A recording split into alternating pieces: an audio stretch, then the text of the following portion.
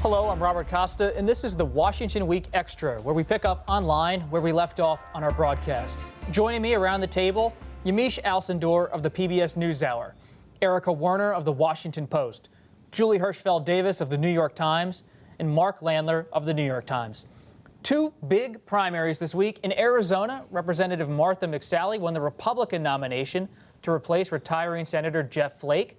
McSally retired from the U.S. Air Force after serving 2 decades there and was the first female fighter pilot to fly in combat.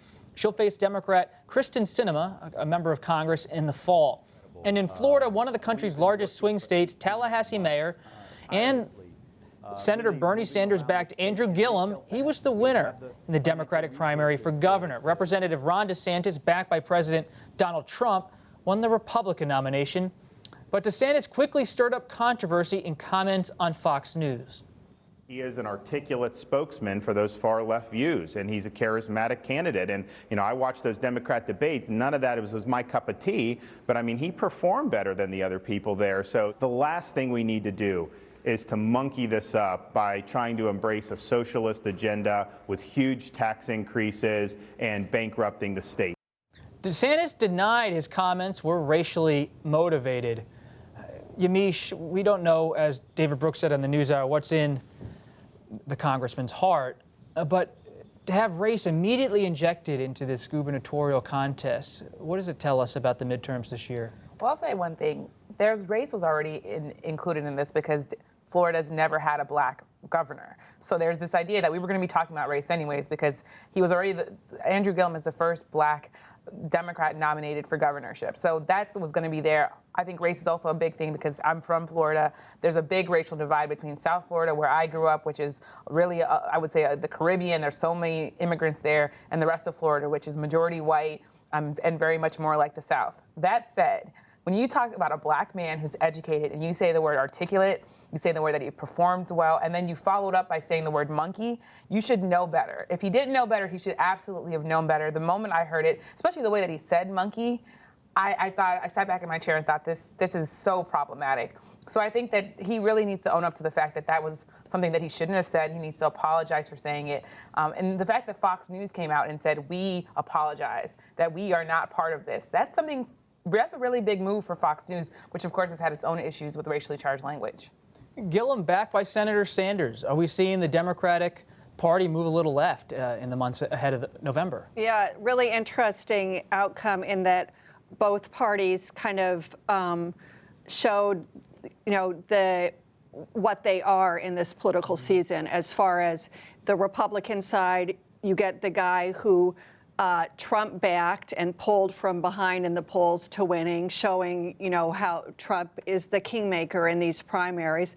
And then on the Democratic side, as in New York with Joe Crowley's seat, you see that a progressive can overcome polling and expectations and win. And so it's going to be really interesting to see what happens when these two face off in the general election. And it'll be very telling as to what direction Florida and maybe even the country wants to go. Trump does seem to be the kingmaker on the Republican side, but Arizona's a little different. Martha McSally was at first wary of attaching too close to Trump, but by the end, it was all about Trump. And you saw that in Florida with DeSantis. Absolutely. I mean, as Erica said, he endorsed DeSantis. He didn't endorse in the three-way primary in Arizona, but all three of the Republican candidates hugged Trump as hard as they could, even in the week after John McCain's death. And he was a Navy pilot, war hero. You might think a candidate like McSally would want to associate herself with him, try to, draw in some of the voters who kept on sending him back to the Senate from Arizona. But she didn't mention him at all. She talked about being a supporter of President Trump's agenda. And of course, Joe Arpaio was, he called Trump more of a hero than McCain because he was on the receiving end of a pardon from him. And so the candidates really, I think, have embraced this idea that if you want to win a primary, you really have to hug Trump hard. The question is really going to be, I think, in the next couple of months, whether that gets you over the finish line of a general election when you have a lot of voters who are repelled by the idea of Donald Trump, certainly Democrats, but even some independents and some of the Republicans who may have supported him in 2016. So it'll be interesting to see how those numbers may change, or maybe they will not. Why aren't the Democrats talking about impeachment as much as we may have thought months ago, that this be this big push against President Trump. And of course, some elements of the party are doing that. Tom Steyer, the billionaire donor, leading an impeachment push. But a lot of the Sanders wing seems to actually be pushing for other issues, a higher minimum wage, a more economic and health emphasis in their call. Well, there's a lot of Democrats feel that impeachment's a distraction, and ultimately you need to be talking about issues people care about.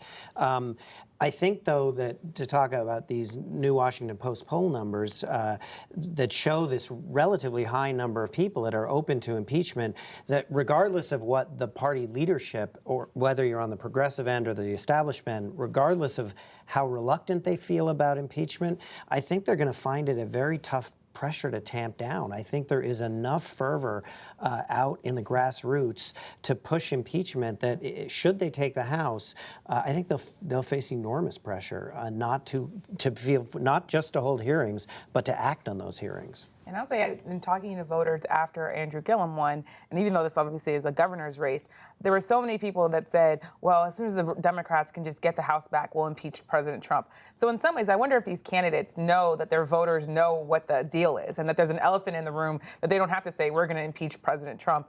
Because with all the reporting that Axios did this week, with that long list of investigations, some of the stuff I forgot was things that we didn't know. Where's the president's tax returns? Why did he fire James Comey? There are all these things that Democrats want to know. So even if they don't impeach him, all these investigations could end up becoming an impeachment process in and of itself. So I think Democrats are smart to say, hey, Hillary Clinton won or Hillary Clinton lost running against just Trump, saying, I'm not going to be Trump.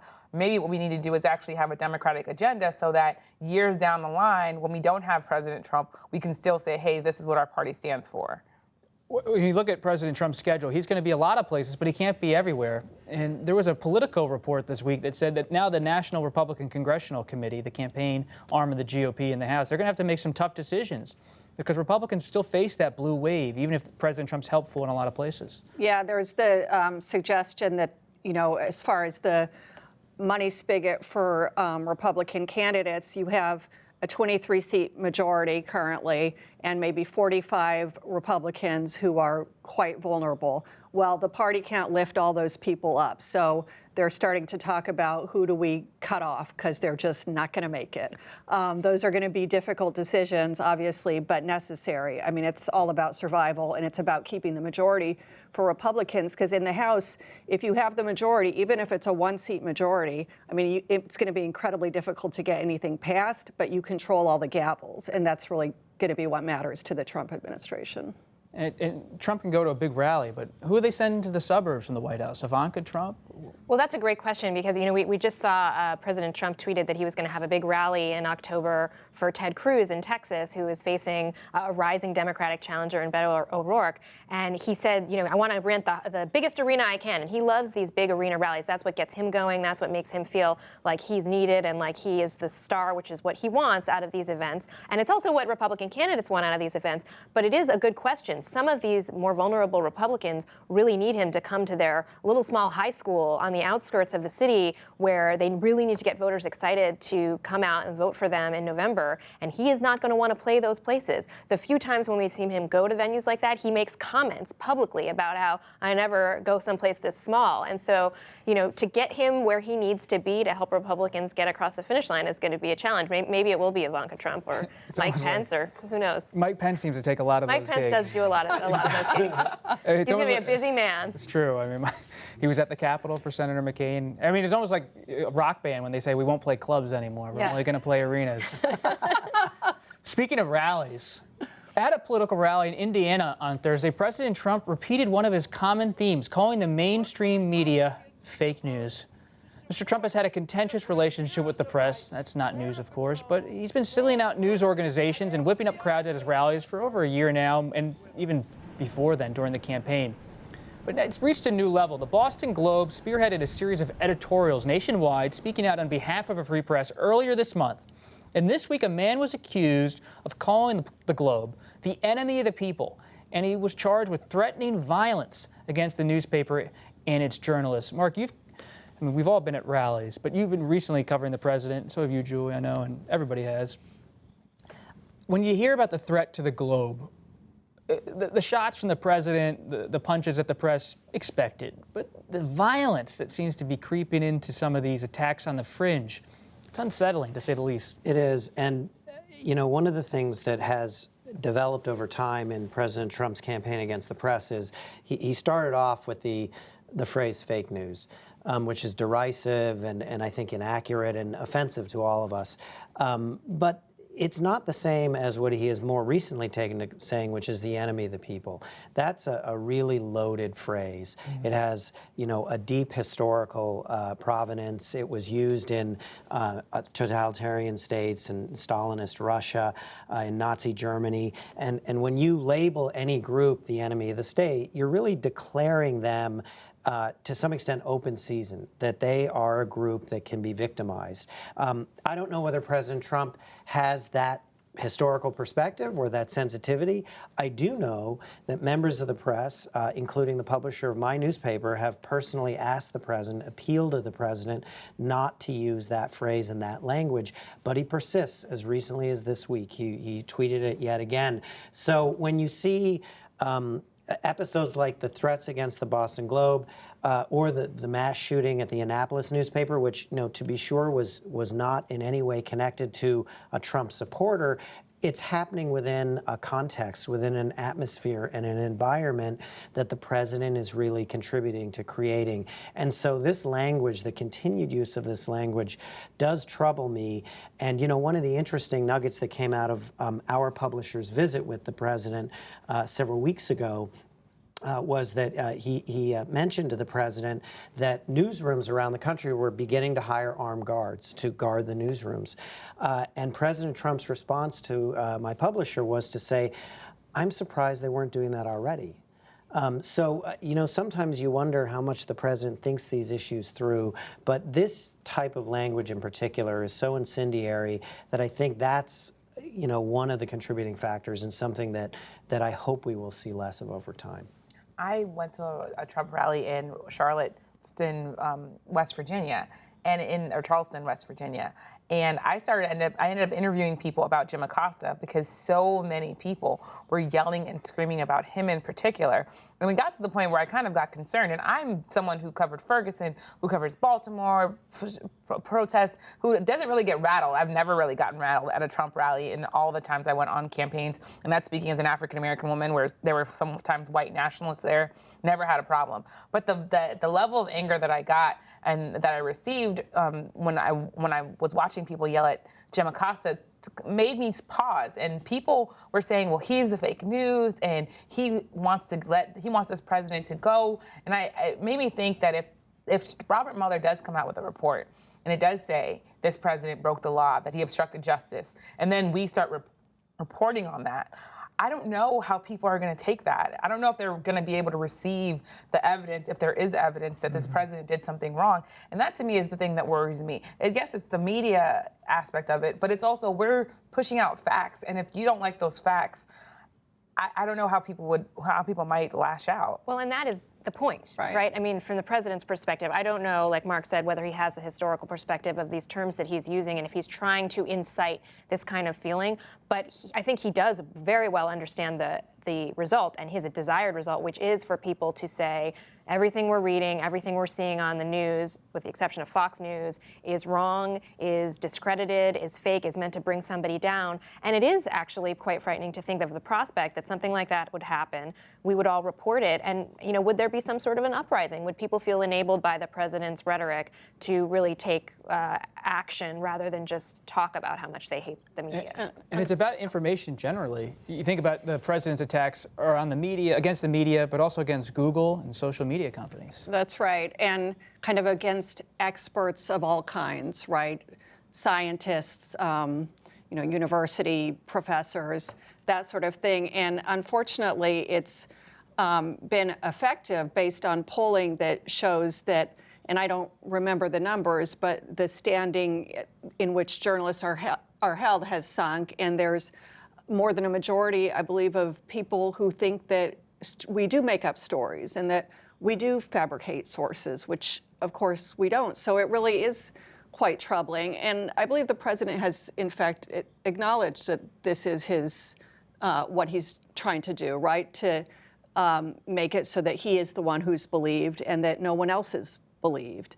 And I think Yamiche is right that when the time comes for Bob Mueller to say whatever it is he has to say, however damning or not that turns out to be of the president, we'll report it. A lot of people won't believe it, unfortunately. Well, that's the question I'm always asking myself and my colleagues is, what are we supposed to be doing? Because if that happens, right, if there is a new breaking point in the media where people are questioning the press and there's real attacks on the press, part of my reaction is just keep reporting, just keep telling the story. But is there anything else we should be doing or thinking about as journalists? I don't know. I think it's always reporting and it's always respecting people. It's really trying to bring people and show people what you do. The idea is that I always think that no one owes me an interview. No one owes me time in their home. So when I go and I talk to people, I've always had a pretty pleasant experience. And I would say that at Trump rallies. I wrote a story about people who voted for Obama and then voted for President Trump. And this was before the election where things were very, very high and people were very angry. And again, I'm an African-American woman with an afro walking through a Trump rally saying, who voted for Obama? That's a kind of tough thing to do. People were pleasant to me because I was pleasant to them. So I think that if you meet enough people like that and you report the facts, that's all you can really do, because I can't convince you if Robert Mueller comes out either for or against it, because there could be Democrats that are very mad. If Robert Mueller says, actually, everything the president did was fine, there was no evidence of wrongdoing, we don't know what people might do on the other side. People might be very, very angry. If the Republicans keep the House and Robert Mueller says the president's cleared, there could be a whole other side of the country that says, can we really do another 2 years, and what that could mean. So I think as journalists, our jobs are just to report and be respectful to people. Yeah, I mean, I think you have to continue to report the ways in which the president is attacking these issues, right? I mean, the fact that he is, his behavior when it comes to this investigation, when it comes to the media, is very much similar to what you see in authoritarian societies, is an important comparison to make. It's also important to talk to people, as Yamiche said, all over the country who come from different perspectives in order to make it clear that not everyone is singing from the same song sheet, not everyone has the same perspective, but facts are facts. And so I think it's really important, even in an environment where we are under constant attack, that we keep on trying to talk to the primary sources and keep on reporting what we see, because the opposite, frankly, is what Donald Trump seems to want and what a lot of leaders in countries that don't have the freedoms that we have here tend to want. And we just have to keep on doing the job. We'll leave it there for now, and we'll leave it there for the Washington Week Extra. Thanks for joining us. And while you're online, check out our Washington Weekly News Quiz. I'm Robert Costa. We'll see you next time.